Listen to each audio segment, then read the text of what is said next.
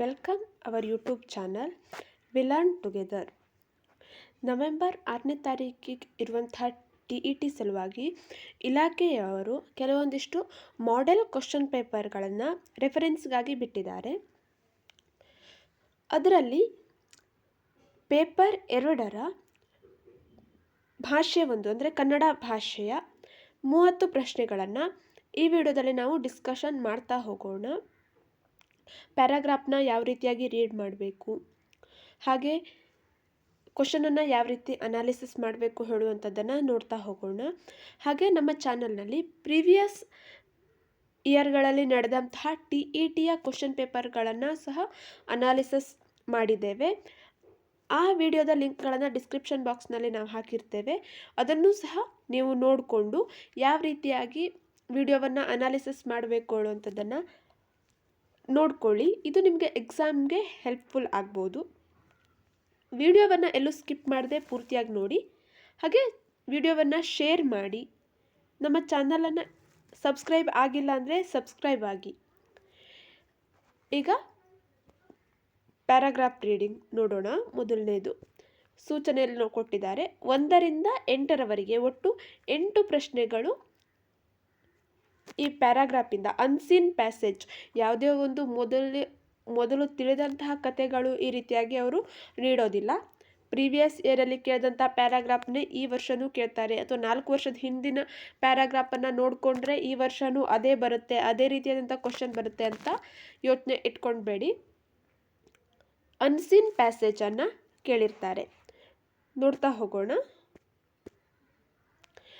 ಕನ್ನಡವು ಸಂಸ್ಕೃತ, ಹಿಂದಿ, ಮರಾಠಿ, ಗುಜರಾತಿಗಳ ಆರ್ಯನ್ ಭಾಷಾ ವರ್ಗಕ್ಕಿಂತ ಭಿನ್ನವಾದ ದ್ರಾವಿಡ ಭಾಷಾ ವಂಶಕ್ಕೆ ಸೇರಿದೆ. ಅದಕ್ಕೆ ತನ್ನದೇ ಆದ ವೈಶಿಷ್ಟ್ಯಗಳಿವೆ. ಸಂಸ್ಕೃತದಿಂದ ಯಥೇಚ್ಛವಾಗಿ ಪದಗಳನ್ನು ಸ್ವೀಕರಿಸಿದರೂ ಅವು ಕನ್ನಡದ ಜಾಯಮಾನಕ್ಕೆ ಹೊಂದಿಕೊಂಡೇ ಬಳಕೆಯಾಗಿವೆ. ಅಲ್ಲಿಂದಲೂ ಪ್ರಾಕೃತದಿಂದಲೂ ಬಂದ ತದ್ಭವಗಳಂತೂ ಕನ್ನಡ ನುಡಿಯೊಡನೆ ಸಮರಸವಾಗಿ ಬೆರೆತವು. ಕನ್ನಡವು ಎಲ್ಲ ಸಾಹಿತ್ಯಗಳಿಂದ ಪ್ರೇರಣೆ, ಪ್ರಚೋದನೆಗಳನ್ನು ಸ್ವಾಗತಿಸಿ ಸ್ವತಂತ್ರ ಸಾಹಿತ್ಯವನ್ನು ಬೆಳೆಸಿಕೊಂಡಿತು. ಚಂಪು, ವಚನ, ರಗಳೆ, ಷಟ್ಪದಿ, ಸಾಂಗತ್ಯ ಈ ಯಾವ ಪ್ರಕಾರಗಳನ್ನು ತೆಗೆದುಕೊಂಡರೂ ಕನ್ನಡವು ತನ್ನ ಸ್ವಂತಿಕೆಯನ್ನು ಉಳಿಸಿಕೊಂಡಿದೆ. ವಚನ ಸಾಹಿತ್ಯವಂತೂ ಕನ್ನಡದ್ದೇ ಎಂಬಷ್ಟು ಸ್ವಂತಿಕೆಯನ್ನು ಹೊಂದಿರುವ ಸಾಹಿತ್ಯವಾಗಿದ್ದು, ಅದು ವಿಶ್ವ ಸಾಹಿತ್ಯಕ್ಕೆ ಕನ್ನಡವು ಕೊಟ್ಟ ಅತ್ಯಂತ ಮಹತ್ವದ ಕಾಣಿಕೆಯಾಗಿದೆ. ದಕ್ಷಿಣ ಭಾರತದ ದಕ್ಷಿಣಾದಿ ಸಂಗೀತ ಪರಂಪರೆಗೆ ಕರ್ನಾಟಕ ಸಂಗೀತವೆಂಬ ಹೆಸರು ಇದೆ. ಆ ಸಂಗೀತ ಪರಂಪರೆಯು ಹುಟ್ಟಿ ಬೆಳೆದುದು ಕರ್ನಾಟಕದಲ್ಲಿ. ತಮಿಳುನಾಡು, ಕೇರಳ, ಆಂಧ್ರಪ್ರದೇಶಗಳಿಗೆ ಅವುಗಳದೇ ಆದ ದೇಶೀಯ ನೃತ್ಯ ಶೈಲಿಗಳಿರುವಂತೆ ಕರ್ನಾಟಕಕ್ಕೆ ಇದೆಯೇ, ಇತ್ತೇ ಎಂಬ ಪ್ರಶ್ನೆಗೆ ಈಚೆಗೆ ಸಂಶೋಧನೆ ನಡೆಸಿರುವ ಡಾಕ್ಟರ್ ಚೂಡಾಮಣಿ ನಂದಗೋಪಾಲ್ ಅವರು ಕರ್ನಾಟಕಕ್ಕೆ ತನ್ನದೇ ಆದ ವಿಶಿಷ್ಟ ನೃತ್ಯ ಪರಂಪರೆ ಇದ್ದಿತೆಂದು ಐಹೊಳೆ, ಬಾದಾಮಿ, ಪಟ್ಟದಕಲ್ಲು, ಬೇಲೂರು, ಹಳೇಬೀಡು, ಸೋಮನಾಥಪುರಗಳ ದೇವಾಲಯಗಳ ಶಿಲ್ಪಗಳ ಆಧಾರದಿಂದಲೂ ಕನ್ನಡ ಕಾವ್ಯ ಶಾಸನಗಳಲ್ಲಿ ಬರುವ ನೃತ್ಯಗಳ ಆಧಾರದಿಂದಲೂ ಸಮರ್ಥಿಸಿದ್ದಾರೆ. ಸಾಂಗತ್ಯ ಕವಿ ರತ್ನಾಕರ ವರ್ಣಿಯು ತನ್ನ ಭರತೇಶ ವೈಭವ ಕಾವ್ಯದಲ್ಲಿ ನೃತ್ಯ ಶಾಲೆಯ ವರ್ಣನೆಯನ್ನಲ್ಲದೆ ದಿಕ್ಕನ್ನಿಕಾ ನಾಟ್ಯ, ಜಲಕನ್ನಿಕಾ ನಾಟ್ಯಗಳಂತಹ ಬ್ಯಾಲೆಗಳನ್ನು ವರ್ಣಿಸಿದ್ದಾನೆ. ಆ ವರ್ಣನೆಗಳ ಆಧಾರದ ಮೇಲೆ ಇಂದಿಗೂ ಹೊಸ ಬ್ಯಾಲೆಗಳನ್ನು ರೂಪಿಸಬಹುದು. ಇದು ಒಂದು ಪ್ಯಾರಾಗ್ರಾಫ್ ಆಗಿದೆ. ಕರ್ನಾಟಕದ ಸಾಹಿತ್ಯ ಪರಂಪರೆಯ ಕುರಿತಾಗಿ ಇರುವಂಥದ್ದು. ಅದಕ್ಕೆ ರಿಲೇಟೆಡ್ ಆದಂಥ ಕ್ವಶನ್ಗಳನ್ನು ಈಗ ನಾವು ನೋಡ್ತಾ ಹೋಗೋಣ. ಮೊದಲನೇ ಪ್ರಶ್ನೆ, ಲೇಖಕರು ಹೇಳುವಂತೆ ವಿಶ್ವ ಸಾಹಿತ್ಯಕ್ಕೆ ಕನ್ನಡದ ಮಹತ್ವದ ಕಾಣಿಕೆ ಇದು. ಆಪ್ಷನ್ 1 ರಗಳೆ, 2 ಷಟ್ಪದಿ, 3 ವಚನ ಸಾಹಿತ್ಯ, 4 ಸಾಂಗತ್ಯ. ಪುನಃ ಪ್ಯಾರಾಗ್ರಾಫನ್ನು ನೋಡ್ತಾ ಹೋದರೆ ನಾವು ವಚನ ಸಾಹಿತ್ಯವಂತೂ ಕನ್ನಡದ್ದೇ ಎಂಬಷ್ಟು ಸ್ವಂತಿಕೆ ಹೊಂದಿರುವ ಸಾಹಿತ್ಯವಾಗಿದ್ದು, ಅದು ವಿಶ್ವ ಸಾಹಿತ್ಯಕ್ಕೆ ಕನ್ನಡವು ಕೊಟ್ಟ ಅತ್ಯಂತ ಮಹತ್ವ ಕಾಣಿಕೆಯಾಗಿದೆ. ಸೊ ಉತ್ತರ ಯಾವುದಾಯಿತು? ಆಪ್ಷನ್ 3 ವಚನ ಸಾಹಿತ್ಯ ಇದು ವಿಶ್ವ ಸಾಹಿತ್ಯಕ್ಕೆ ಕನ್ನಡದ ಮಹತ್ವದ ಕಾಣಿಕೆಯಾಗಿದೆ. ಒಂದು ಸಲ ಪ್ಯಾರಾಗ್ರಾಫನ್ನು ಡೀಟೇಲ್ ಆಗಿ ಅರ್ಥ ಮಾಡ್ಕೊಂಡು ಓದ್ತಾ ಹೋದರೆ ಎಲ್ಲ ಕ್ವಶನ್ಗಳನ್ನು ಈಸಿಯಾಗಿ ಬೇಗ ಬೇಗ ಆನ್ಸರನ್ನು ಮಾಡ್ತಾ ಹೋಗ್ಬೋದು. ಸಂಸ್ಕೃತ ಪ್ರಾಕೃತ ಭಾಷೆಯಿಂದ ಬಂದ ತದ್ಭವ ಪದಗಳು ಕನ್ನಡ ನುಡಿಯೊಡನೆ ಹೀಗೆ ಬೆರೆತವು. ಕನ್ನಡದ ಸ್ವಂತಿಕೆಯ ಕಳೆದು ಸತ್ವವನ್ನು ಕಳೆದುಕೊಂಡು ಕನ್ನಡ ಜಾಯಮಾನಕ್ಕೆ ಹೊಂದದೆ ಅಥವಾ ಸಮರಸವಾಗಿ. ಇಲ್ಲೇ ನೀಡಿದ್ದಾರೆ, ಸಂಸ್ಕೃತದಿಂದ ಯಥೇಚ್ಛವಾದ ಪದಗಳು ಸ್ವೀಕರಿಸಿದರೂ ಅವು ಕನ್ನಡದ ಜಾಯಮಾನಕ್ಕೆ ಹೊಂದಿಕೊಂಡೇ ಬಳಕೆಯಾಗಿವೆ. ಅಲ್ಲಿಂದಲೂ, ಇಲ್ಲಿ ಅಲ್ಲಿಂದಲೂ ಅಂದರೆ ಸಂಸ್ಕೃತದಿಂದಲೂ ಪ್ರಾಕೃತದಿಂದಲೂ ಬಂದ ತದ್ಭವಗಳಂತೂ ಕನ್ನಡ ನುಡಿಯೊಡನೆ ಸಮರಸವಾಗಿ ಬೆರೆತವು. ಸೊ ಹಾಗಾಗಿ 2ನೇ ಕ್ವಶನ್ಗೆ ಉತ್ತರ ಸಮರಸವಾಗಿ, ಆಪ್ಷನ್ 4. ನೆಕ್ಸ್ಟು, ದಕ್ಷಿಣಾದಿ ಸಂಗೀತ ಪರಂಪರೆಗೆ ಸಂಬಂಧಿಸಿದಂತೆ ಈ ಹೆಸರಿದೆ. ಆಪ್ಷನ್ 1 ಸುಗಮ ಸಂಗೀತ, ಆಪ್ಷನ್ 2 ಕರ್ನಾಟಕ ಸಂಗೀತ, ಆಪ್ಷನ್ 3 ರಂಗ ಸಂಗೀತ, ಆಪ್ಷನ್ 4 ರಾಕ್ ಸಂಗೀತ. ದಕ್ಷಿಣ ಭಾರತದ ದಕ್ಷಿಣಾದಿ ಸಂಗೀತ ಪರಂಪರೆಗೆ ಕರ್ನಾಟಕ ಸಂಗೀತ ಎಂಬ ಹೆಸರಿದೆ. ಸೊ ಆಪ್ಷನ್ 2 ಕರ್ನಾಟಕ ಸಂಗೀತ. ದಕ್ಷಿಣಾದಿ ಸಂಗೀತ ಪರಂಪರೆಗೆ ಕರ್ನಾಟಕ ಸಂಗೀತ ಹೇಳುವಂಥ ಹೆಸರು ಇದೆ. 4ನೇ ಕ್ವಶನ್ ನೋಡೋಣ. ಡಾಕ್ಟರ್ ಚೂಡಾಮಣಿ ನಂದಗೋಪಾಲ್ ಅವರ ಸಂಶೋಧನೆಯ ಕ್ಷೇತ್ರವಿದು. ಆಪ್ಷನ್ 1 ದಕ್ಷಿಣಾದಿ ಸಂಗೀತ ಪರಂಪರೆ, ಆಪ್ಷನ್ 2 ಉತ್ತರಾದಿ ಸಂಗೀತ ಪರಂಪರೆ, ಆಪ್ಷನ್ 3 ಕರ್ನಾಟಕ ನೃತ್ಯ ಪರಂಪರೆ, ಆಪ್ಷನ್ 4 ದ್ರಾವಿಡ ಭಾಷಾ ಪರಂಪರೆ. ಡಾಕ್ಟರ್ ಚೂಡಾಮಣಿ ನಂದಗೋಪಾಲ್ ತಮಿಳುನಾಡು, ಕೇರಳ, ಆಂಧ್ರ ಪ್ರದೇಶಗಳಿಗೆ ಅವುಗಳದೇ ಆದ ದೇಶೀಯ ನೃತ್ಯಗಳಿರುವಂತೆ ಕರ್ನಾಟಕಕ್ಕೆ ಇತ್ತೇ ಅಥವಾ ಇದೆಯೇ ಎಂಬ ಪ್ರಶ್ನೆಗೆ ಸಂಶೋಧನೆಯನ್ನು ಅವರು ನಡೆಸಿದ್ದಾರೆ. ಹಾಗಾಗಿ ಅವರು ಸಂಶೋಧನೆ ನಡೆಸಿರುವಂತಹ ಕ್ಷೇತ್ರ ಯಾವುದಾಯಿತು? ಕರ್ನಾಟಕ ನೃತ್ಯ. ಕರ್ನಾಟಕಕ್ಕೆ ತನ್ನದೇ ಆದ ವಿಶಿಷ್ಟ ನೃತ್ಯ ಪರಂಪರೆ ಇದೆ ಎಂದು ಅವರು ಹೇಳಿದ್ದಾರೆ. ಹಾಗಾಗಿ ಕರ್ನಾಟಕ ನೃತ್ಯ ಪರಂಪರೆ ಅವರ ಸಂಶೋಧನೆಯ ಕ್ಷೇತ್ರವಾಗಿತ್ತು. ಆಪ್ಷನ್ 3 ಸರಿಯಾದಂಥ ಉತ್ತರ ಆಗಿದೆ. ನೆಕ್ಸ್ಟು 5ನೇ ಪ್ರಶ್ನೆ. ಭರತೇಶ ವೈಭವ ಇದು ಇವರ ಕೃತಿ. ರತ್ನಾಕರ ವರ್ಣಿ, ಪಂಪ, ಕುಮಾರವ್ಯಾಸ, ರನ್ನ. ಭರತೇಶ ವೈಭವ ಇದು ರತ್ನಾಕರ ವರ್ಣಿಯ ಕೃತಿಯಾಗಿದೆ. 6ನೇ ಪ್ರಶ್ನೆ. ದೇವಾಲಯ ಈ ಪದವು ಈ ಸಂಧಿಗೆ ಉದಾಹರಣೆ. ಆಪ್ಷನ್ 1 ಗುಣಸಂಧಿ, ಆಪ್ಷನ್ 2 ಆದೇಶ ಸಂಧಿ, 3 ಆಗಮ ಸಂಧಿ, 4 ಸವರ್ಣ ದೀರ್ಘ ಸಂಧಿ. ದೇವಾಲಯ ಈ ಪದವನ್ನು ನಾವು ಮೊದಲು ಬಿಡಿಸಿ ಬರುತ್ತಾ ಹೋದರೆ ದೇವ ಪ್ಲಸ್ ಆಲಯ ಅಂತ ಆಗುತ್ತೆ. ದೇವದಲ್ಲಿ ಆಕಾರ ಇದೆ ಪ್ಲಸ್ ಆಕಾರ. ವಾಕ್ಯದಲ್ಲಿ ದೇವಾಲಯ ಅಂದರೆ ಆಕಾರವೇ ಬಂದಿದೆ. ಸವರ್ಣದ ವರ್ಗಗಳು ಸವರ್ಣ ದೀರ್ಘ ಎರಡು ಒಂದೇ ವರ್ಣದ ಸ್ವರಗಳು ಸೇರಿ ಅದೇ ವರ್ಗವು ದೀರ್ಘವಾದರೆ ಅದನ್ನು ಸವರ್ಣ ದೀರ್ಘ ಸಂಧಿ ಅಂತ ಹೇಳಿ ಕರಿತೇವೆ. ಸೊ ಆಪ್ಷನ್ 4 ಇಲ್ಲಿ ಸರಿಯಾದಂಥ ಉತ್ತರ ಆಗಿದೆ. ದೇವಾಲಯ ಇದು ಸವರ್ಣ ದೀರ್ಘ ಸಂಧಿಗೆ ಉದಾಹರಣೆ.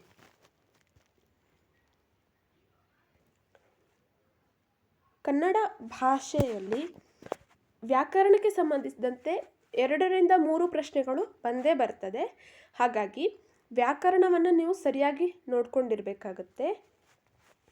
ವ್ಯಾಕರಣಕ್ಕೆ ಸಂಬಂಧಿಸಿದಂಥ ವಿಡಿಯೋಗಳು ನಿಮಗೆ ಬೇಕಾಗಿದ್ದರೆ ಕಾಮೆಂಟ್ ಮಾಡಿ ತಿಳಿಸಿ ಯಾವ ಒಂದು ವಿಷಯ ಬೇಕು ಅಂತ. ಅದನ್ನ ನಾವು ವಿಡಿಯೋ ಮಾಡಿ ನಿಮಗೆ ಹಾಕ್ತೇವೆ.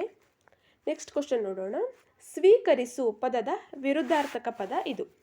ಆಪ್ಷನ್ 1 ಅಂಗೀಕರಿಸು, ಆಪ್ಷನ್ 3 ತಿರಸ್ಕರಿಸು, ಆಪ್ಷನ್ 2 ತಿರಸ್ಕರಿಸು, ಆಪ್ಷನ್ 3 ಪುರಸ್ಕರಿಸು, ಆಪ್ಷನ್ 4 ನಮಸ್ಕರಿಸು. ಸ್ವೀಕರಿಸು ಅಂದರೆ ಎಕ್ಸೆಪ್ಟ್ ಮಾಡ್ಕೋ ಅಂತ ಅರ್ಥ ಆಗುತ್ತೆ. ಅಂದರೆ ಅದನ್ನ ರಿಜೆಕ್ಟ್ ಮಾಡು ಹೇಳುವಂಥದ್ದಕ್ಕೆ ತಿರಸ್ಕರಿಸು ಅಂತ ಹೇಳಿ ನಾವು ಹೇಳ್ತೇವೆ. ಹಾಗಾಗಿ ಆಪ್ಷನ್ 2 ಸರಿಯಾದಂಥ ಉತ್ತರ ಆಗಿದೆ. ಭರತೇಶ ವೈಭವ ಕೃತಿಯಲ್ಲಿ ವರ್ಣಿತವಾದ ಜಲಕನ್ನಿಕಾ ಎಂಬುದು ಈ ಪ್ರಕಾರಕ್ಕೆ ಸೇರಿದೆ. ರತ್ನಾಕರ ವರ್ಣಿಯು ತನ್ನ ಭರತೇಶ ವೈಭವ ಕಾವ್ಯದಲ್ಲಿ ನೃತ್ಯ ಶಾಲೆಯ ವರ್ಣನೆಯಲ್ಲದೆ ದಿಕ್ಕನ್ನಿಕಾ ನಾಟ್ಯ, ಜಲಕನ್ನಿಕಾ ನಾಟ್ಯ ಅಂದರೆ ಅದು ನೃತ್ಯ ಪ್ರಕಾರಗಳಾಗಿವೆ. ಹಾಗಾಗಿ ಭರತೇಶ ವೈಭವದಲ್ಲಿ ವರ್ಣಿತವಾದ ಜಲಕನ್ನಿಕಾ ಇದು ನಾಟ್ಯ ಪ್ರಕಾರ ಅಂದರೆ ನೃತ್ಯ ಪ್ರಕಾರಕ್ಕೆ ಸೇರಿದಂಥದ್ದಾಗಿದೆ. ಆಪ್ಷನ್ 1 ಸರಿಯಾದಂತಹ ಉತ್ತರ ಆಗಿದೆ. ಸೊ 8 ಪ್ರಶ್ನೆಗಳು ಗದ್ಯಕ್ಕೆ ಸಂಬಂಧಪಟ್ಟಂಥ ಪ್ರಶ್ನೆಗಳಾಗಿವೆ. ಇನ್ನು ಉಳಿದಂತೆ 9ರಿಂದ 15 ಅಂದರೆ ಉಳಿದ 7 ಪ್ರಶ್ನೆ ಪದ್ಯ ಭಾಗಕ್ಕೆ ಸಂಬಂಧಪಟ್ಟಿದ್ದು ಬಂದಿದೆ. ಅದನ್ನು ನಾವೀಗ ನೋಡ್ತಾ ಹೋಗೋಣ. ಸಂಜೆಯಾಗುತ್ತಿದೆ ನಡೆ ನಡೆ ಗೆಳೆಯ ಬೃಂದಾವನದ ಕಡೆ, ತಾಳೆಯ ಮರಗಳು ತಲೆಯ ತೂಗುತ್ತಿವೆ ಕೆದರುತ್ತ ಇರುಳ ಜಡೆ, ಅಂಜಿಕೆಯಾಗುವ ಮುನ್ನವೇ ಸಾಗುವ ಬೃಂದಾವನ ಕಡೆ, ದಟ್ಟಡವಿಯಲ್ಲಿ ಪುಟ್ಟ ಬಾಲಕರು ಕತ್ತಲು ಇಳಿಯುತ್ತಿದೆ, ಮಲ್ಲಿಗೆ ಬಣ್ಣದ ಹಸುಗಳಿಗೆಲ್ಲ ಕಪ್ಪನು ಬಳಿಯುತ್ತಿದೆ, ಕೃಷ್ಣ ಕಪಿಲೆಯರು ಕಾಣುವುದಿಲ್ಲ ಅಂಜಿಕೆ ಬೆಳೆಯುತ್ತಿದೆ, ಅಂಜದಿರೆನುವನು ನಂದಕುಮಾರ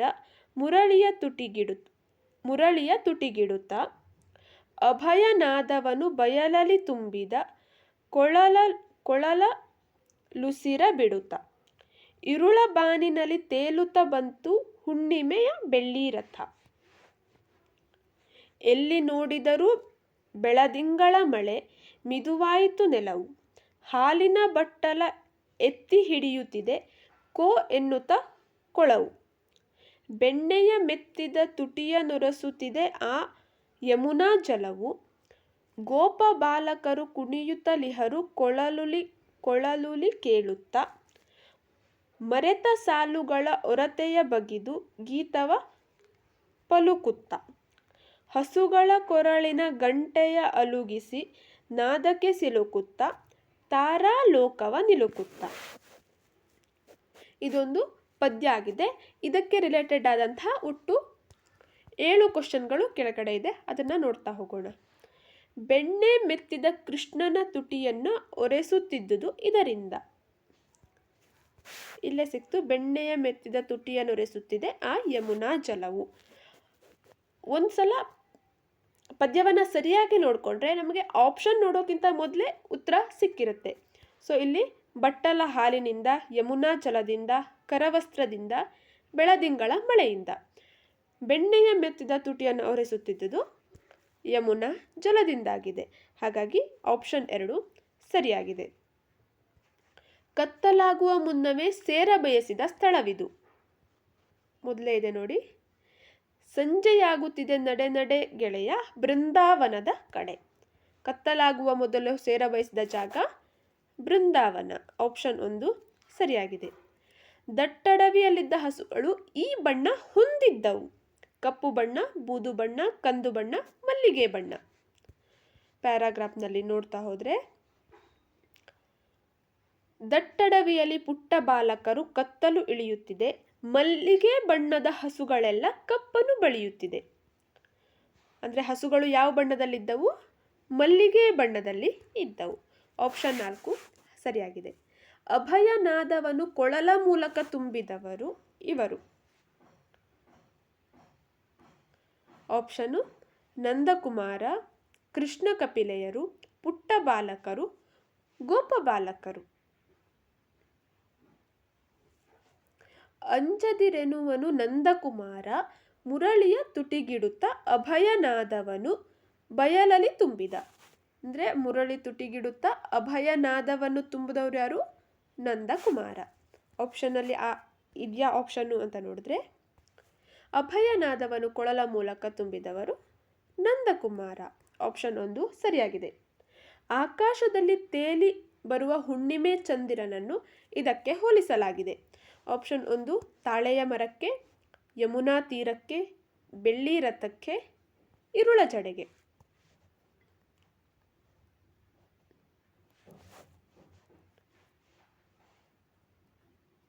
ಇರುಳ ಬಾನಿನಲ್ಲಿ ತೇಲಿ ಬಂತು ಹುಣ್ಣಿಮೆ ಬೆಳ್ಳಿ ರಥ. ಹುಣ್ಣಿಮೆ ಚಂದಿರನನ್ನು ಇಲ್ಲಿ ಬೆಳ್ಳಿಯ ರಥಕ್ಕೆ ಹೋಲಿಸಲಾಗಿದೆ. ಆಪ್ಷನ್ 3 ಸರಿಯಾಗಿದೆ. ತಾಳೆಯ ಈ ಪದದಲ್ಲಿರುವಂಥ ವಿಭಕ್ತಿ ಪ್ರತ್ಯಯ ತಾಳೆಯ. ಯ ಅಂದರೆ ಇಲ್ಲಿ ಅ ಬಂತು. ಅ ಅಂದರೆ ವಿಭಕ್ತಿಯನ್ನು ನೀವು ಅರ್ಥ ಮಾಡ್ಕೊಂಡಿರಬೇಕು, ತಿಳ್ಕೊಂಡಿರಬೇಕಾಗತ್ತೆ. ಇದು ಷಷ್ಠಿ ವಿಭಕ್ತಿಗೆ ಬಂದಿದೆ. ತಾಳೆಯ ಅ ಬಂದಿದ್ದಕ್ಕೆ ಇದು ಸೃಷ್ಟಿ ವಿಭಕ್ತಿ ಆಗಿದೆ. ದಟ್ಟಡವಿ ಈ ಸಮಾಸಕ್ಕೆ ಉದಾಹರಣೆಯಾಗಿದೆ. ಕ್ರಿಯಾ ಸಮಾಸ, ದ್ವಂದ್ವ ಸಮಾಸ, ಗಮಕ ಸಮಾಸ, ಕರ್ಮಧಾರೆಯ ಸಮಾಸ. ದಟ್ಟಡವಿ ಅದನ್ನ ವಿಗ್ರಹ ವಾಕ್ಯವನ್ನು ಮಾಡಿ ಬರೆದಾಗ ದಟ್ಟವಾದ ಅಡವಿ, ದಟ್ಟಡವಿ ಅಂದರೆ ಅಡವಿ ಅಂದರೆ ಕಾಡು ಹೇಗಿದೆ, ದಟ್ಟವಾಗಿದೆ, ಕಾಡನ್ನು ಇಲ್ಲಿ ವರ್ಣಿಸ್ತಾ ಇದ್ದಾರೆ. ಹಾಗಾಗಿ ಇದು ಕರ್ಮಧಾರೆಯ ಸಮಾಸ ಆಗ್ತದೆ. ಆಪ್ಷನ್ 4 ಸರಿಯಾದಂತಹ ಉತ್ತರ ಆಗಿದೆ. ಒಟ್ಟು 15 ಪ್ರಶ್ನೆಗಳು, ಒಂದು ಪದ್ಯ ಮತ್ತೊಂದು ಪ್ಯಾಸೇಜ್ ಅಂದರೆ ಗದ್ಯಕ್ಕೆ ಸಂಬಂಧಪಟ್ಟಂಥ 15 ಪ್ರಶ್ನೆಗಳು ಇರ್ತದೆ.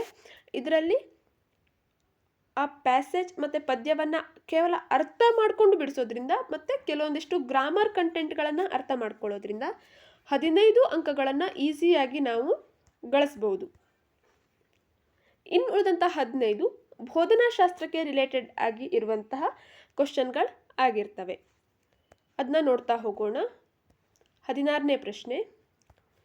ಮನುಷ್ಯನ ಮನಸ್ಸಿನಲ್ಲಿ ಭಾಷೆ ಕಲಿಯಲು ನೆರವಾಗುವ ಒಂದು ಸಾರ್ವತ್ರಿಕ ವ್ಯಾಕರಣ ವ್ಯವಸ್ಥೆ ಇರುತ್ತದೆ. ಇದರಿಂದಾಗಿ ಯಾವುದೇ ಭಾಷೆಯನ್ನು ಕಲಿಯಬಹುದೆಂಬ ಚಿಂತನೆ ಪ್ರತಿಪಾದಿಸಿರುವ ಭಾಷಾ ವಿಜ್ಞಾನಿ. ಆಪ್ಷನ್ 1 ಜೀನ್ ಪಿಯಾಜೆ, 2 Lev Vygotsky, 3 Noam Chomsky, 4 B F. Skinner. ಸಾರ್ವತ್ರಿಕ ವ್ಯಾಕರಣ ಅಂದರೆ ಯೂನಿವರ್ಸಲ್ ಗ್ರಾಮರ್.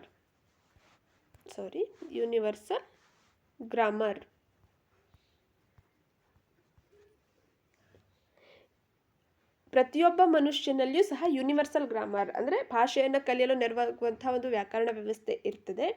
ಇದರಿಂದ ಯಾವುದೇ ಭಾಷೆಯನ್ನು ಸಹ ಆತ ಕಲಿಯಲಿಕ್ಕೆ ಸಹಾಯ ಆಗ್ತದೆ. ಯೂನಿವರ್ಸಲ್ ಗ್ರಾಮರ್ ಆಗ್ಬೋದು. ಇನೇಟ್ ಕೆಪಾಸಿಟಿ ಅವರ ಒಂದು ಸಾಮರ್ಥ್ಯ, ಆಂತರಿಕವಾಗಿ ಒಂದು ಸಾಮರ್ಥ್ಯ ಇರುತ್ತೆ ಅವರಲ್ಲಿ. ಇನೇಟ್ ಕೆಪಾಸಿಟಿ ಇರುತ್ತೆ. ಹೀಗೆ ಹೇಳಿದವರು ನೋಮ್ ಚಾಮ್ಸ್ಕಿ.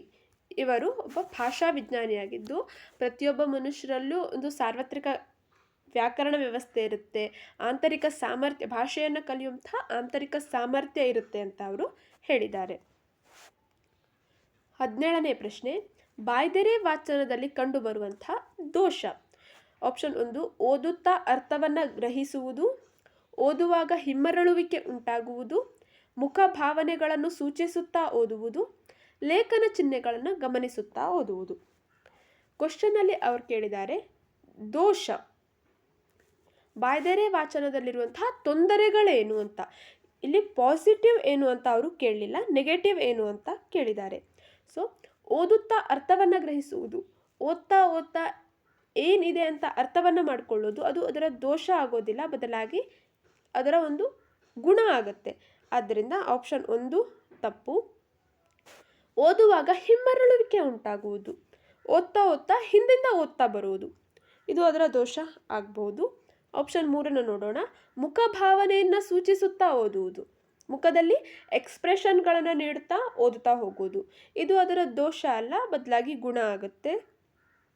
ಫೈನಲಿ ಲೇಖನ ಚಿಹ್ನೆಗಳನ್ನು ಗಮನಿಸುತ್ತಾ ಓದು, ಎಲ್ಲಿ ಕಾಮಾ ಇದೆ, ಎಲ್ಲಿ ಫುಲ್ ಸ್ಟಾಪ್ ಇದೆ, ಹಾಗೆ ಎಲ್ಲಿ ಕ್ವಶನ್ ಮಾರ್ಕ್ ಇದೆ, ಎಲ್ಲಿ ಆಶ್ಚರ್ಯ ಸೂಚಕ ಚಿಹ್ನೆ ಇದೆ, ಆ ಒಂದು ಲೇಖನ ಚಿಹ್ನೆಗಳಿಗೆ ಅನುಗುಣವಾಗಿ ಮುಖದ ಭಾವನೆಗಳು ಅಥವಾ ಧ್ವನಿಯ ಏರಿಳಿತಗಳು ಹೆಚ್ಚು ಕಡಿಮೆ ಆಗೋದ್ರಿಂದ ಲೇಖನ ಚಿಹ್ನೆಗಳನ್ನು ಗಮನಿಸುತ್ತಾ ಓದುವುದು ಬಾಯ್ದೆರೆ ವಾಚನದಲ್ಲಿ ಕಂಡುಬರುವಂಥ ದೋಷ ಆಗೋದಿಲ್ಲ, ಬದಲಾಗಿ ಅದರ ಗುಣ ಆಗುತ್ತೆ.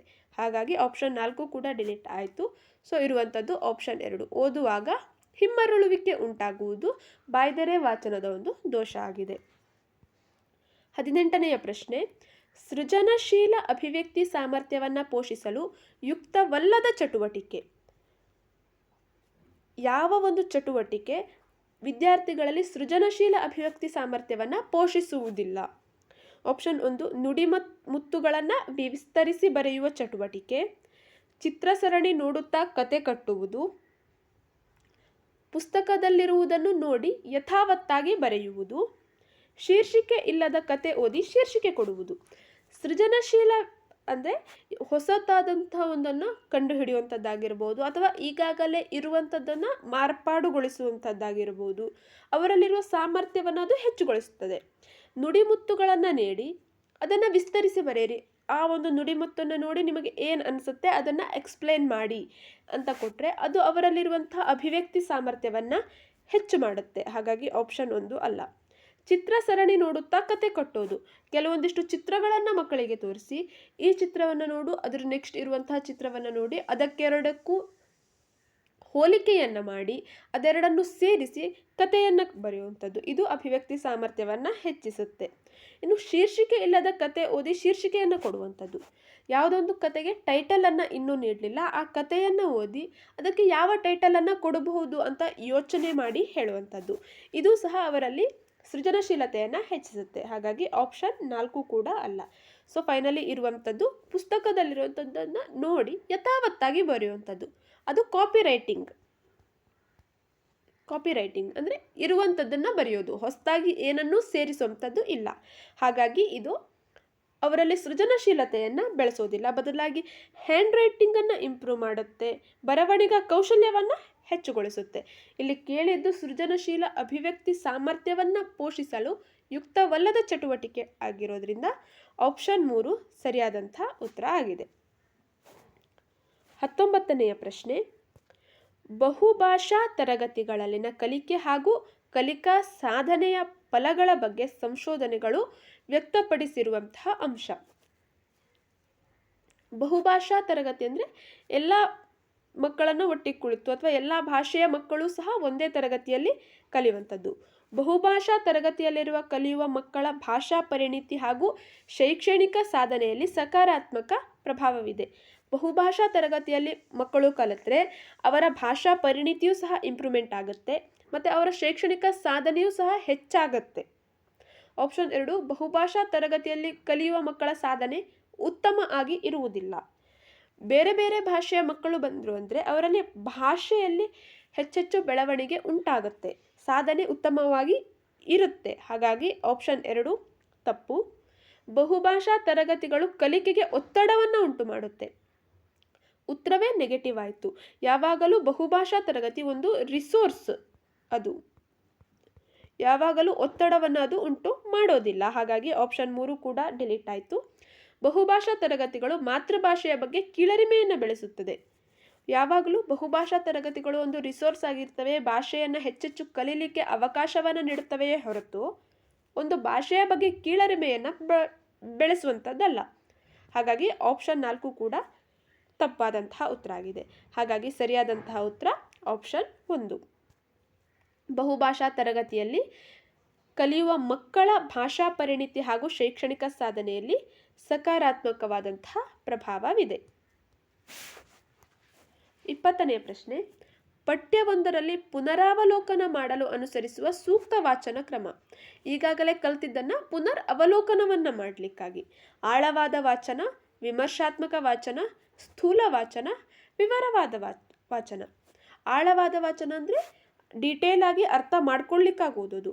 ವಿಮರ್ಶಾತ್ಮಕ ವಾಚನವೂ ಸಹ ಅರ್ಥ ಮಾಡ್ಕೊಳ್ಳಿಕ್ಕಾಗಿ ಓದುವಂಥದ್ದು. ವಿವರವಾದ ವಾಚನವೂ ಸಹ ಅದರ ಎಕ್ಸ್ಪ್ಲೇನನ್ನು ತಿಳ್ಕೊಳ್ಳಿಕ್ಕಾಗಿ. ಈಗಾಗಲೇ ಕಲ್ತಿರುವಂಥದ್ದನ್ನು ಪುನರ್ ಅವಲೋಕನವನ್ನು ಮಾಡಲಿಕ್ಕಾಗಿ ನಾವು ಸ್ಥೂಲ ವಾಚನವನ್ನು ಬಳಸುವಂಥದ್ದು ಸೂಕ್ತ ಆಗಿರುತ್ತೆ. ಹಾಗಾಗಿ ಆಪ್ಷನ್ 3 ಸರಿಯಾದಂಥ ಉತ್ತರ ಆಗಿದೆ. ನೆಕ್ಸ್ಟ್ 21ನೆಯ ಪ್ರಶ್ನೆ, ಪದ್ಯ ಬೋಧನೆಯ ಪ್ರಮುಖ ಉದ್ದೇಶ.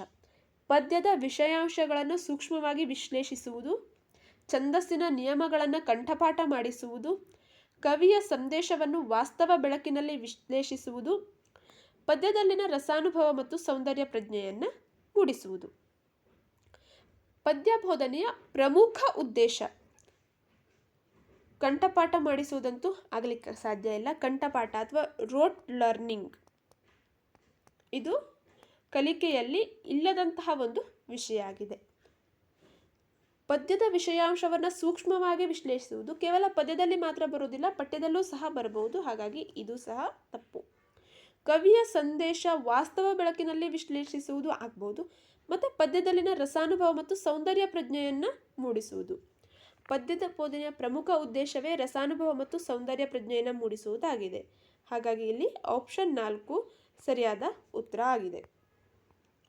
22ನೆಯ ಪ್ರಶ್ನೆ, ಭಾಷೆಯ ಮೌಖಿಕ ಕೌಶಲ್ಯಗಳಲ್ಲಿ ಕಂಡುಬರುವ ದೋಷಗಳನ್ನು ಪರಿಹರಿಸಲು ನೆರವಾಗುವ ಸಾಧನ. ಮೌಖಿಕ ಕೌಶಲ್ಯಗಳಲ್ಲಿ ಕಂಡುಬರುವ ದೋಷ ಅಂದರೆ ಪ್ರೊನೌನ್ಸಿಯೇಷನ್ ಆಗಿರಬಹುದು ಅಥವಾ ಅರ್ಥಗ್ರಹಿಕೆ ಆಗಿರ್ಬೋದು. ಇಂಥದ್ದನ್ನು ಪರಿಹರಿಸಲಿಕ್ಕಾಗಿ ನೆರವಾಗುವ ಸಾಧನ. ಕಪ್ಪು ಹಲಗೆ, ಭಾಷಾ ಪ್ರಯೋಗಾಲಯ, ಅಭ್ಯಾಸ ಪುಸ್ತಕ, ಸ್ವಯಂ ಅಧ್ಯಯನ. ಮೌಖಿಕ ಕೌಶಲ್ಯಗಳ ದೋಷಗಳನ್ನು ಅವರು ಸ್ವತಃವಾಗಿ ಪರಿಹರಿಸ್ಕೊಳ್ತಾರೆ. ಅಲ್ಲಿ ಭಾಷಾ ಪ್ರಯೋಗಾಲಯ ಹೆಚ್ಚು ಸಹಾಯ ಆಗುತ್ತೆ. ಲ್ಯಾಂಗ್ವೇಜ್ ಲ್ಯಾಬ್, ಭಾಷಾ ಪ್ರಯೋಗಾಲಯ ಅಂದರೆ ಲ್ಯಾಂಗ್ವೇಜ್ ಲ್ಯಾಬ್.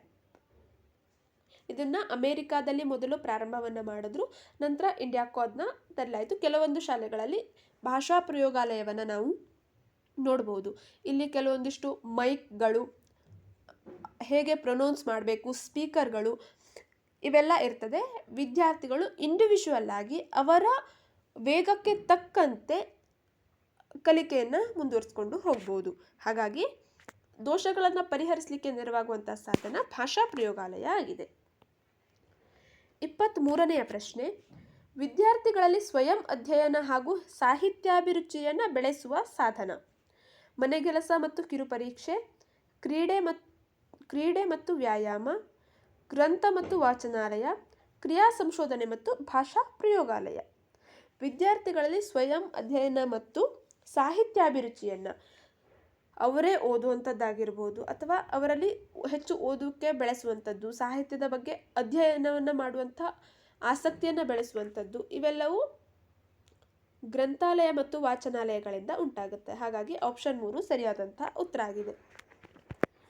24ನೆಯ ಪ್ರಶ್ನೆ, ಕ್ರಿಯಾ ಸಂಶೋಧನೆಯಲ್ಲಿ ನಡೆಸುವ ಪರೀಕ್ಷೆಗಳು ಈ ಅನುಕ್ರಮಣಿಕೆಯಲ್ಲಿ ಇರುತ್ತದೆ. ನೈದಾನಿಕ ಪ್ರೇರಣ, ಸಾಫಲ್ಯ ನೈದಾನಿಕ, ನೈದಾನಿಕ ಸಾಫಲ್ಯ, ಸಾಧನ ನೈದಾನಿಕ. ಅಂದರೆ ಕ್ರಿಯಾ ಸಂಶೋಧನೆಯಲ್ಲಿ ಮೊದಲು ಪರೀಕ್ಷೆಯನ್ನು ಮಾಡಿ ನಂತರ ಸಾಫಲ್ಯ ವನ್ನು ಮಾಡ್ತಾರೋ ಅಥವಾ ಮೊದಲು ನೈದಾನಿಕವನ್ನು ಮಾಡಿ ಪ್ರೇರಣೆಯನ್ನು ಮಾಡ್ತಾರೋ ಹೀಗೆ ಕೇಳಿದ್ದಾರೆ. ಕ್ರಿಯಾ ಸಂಶೋಧನೆಯಲ್ಲಿ ಮೊದಲು ಏನು ತೊಂದರೆ ಇದೆ ಅನ್ನೋದನ್ನು ಕಂಡುಹಿಡ್ಕೋತಾರೆ, ನಂತರ ಅದಕ್ಕೆ ಪರಿಹಾರವನ್ನು ನೀಡ್ತಾರೆ. ಹಾಗಾಗಿ ಮೊದಲು ನೈದಾನಿಕ ಪರೀಕ್ಷೆ ಆಗುತ್ತೆ. ಆಪ್ಷನ್ 2 ಮತ್ತು ಆಪ್ಷನ್ 4 ಮೊದಲು ಸಾಧನ ಮತ್ತು ಸಾಫಲ್ಯ ಪರೀಕ್ಷೆ ಅಂತ ಇದೆ, ಅದಾದ ಮೇಲೆ ನೈದಾನಿಕ ಪರೀಕ್ಷೆಯನ್ನು ಮಾಡ್ತಾರೆ ಅಂತ ಇದೆ. ಹಾಗಾಗಿ ಅದೆರಡು ಉತ್ತರ ಆಗೋದಿಲ್ಲ.